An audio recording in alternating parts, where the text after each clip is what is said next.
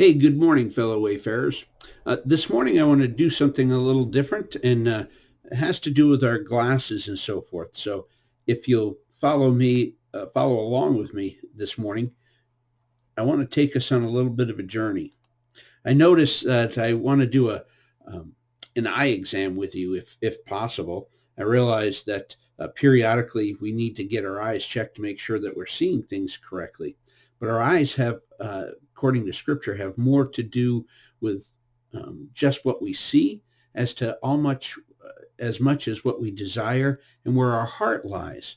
And so with that understanding, I was reading through Psalm 123 that we're looking at lately, and I noticed that 8 different times in the first two verses that the psalmist writes about our eyes. You'll notice in the red, specifically, he mentions our eyes 4 times specifically, and then I noticed that there are 4 other times that there are directives for us to direct our eyes somewhere. And so that really made me start to think about what I was looking at, what I was focusing on. And I realized, again, that my eye health is directly related to my heart health. And what I focus on, that's what I want.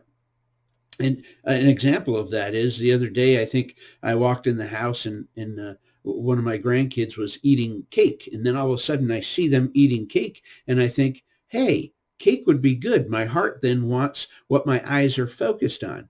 My question to you this morning is, what are you focusing on? Because the Bible shares with us something very significant. It says, for where your treasure is, there your heart will be also. It's not where my heart is, there's my treasure. It's where my treasure is, there's my heart. And then he goes on to say it's not interesting. It's not coincidental. This is the providence of God in his teaching to us. In verse 22, he says, the eye is the lamp of the body. So then if your eye is clear, your whole body will be full of light. But if your eye is bad, your whole body will be full of darkness. If then the light that is in you is darkness, how great is the darkness? Which also told me that what I focus on is where I'm going to get the light in my life. So this morning, I just want to encourage you and start thinking about stuff. Focus your attention and your heart and your treasure on your family, on the flowers that are blooming in spring, on those blessings and goodness that God has given to us. Because in Psalm 123, he tells us, lift up my eyes to you, O God, enthroned in heaven. When you do that, your entire outlook is going to change.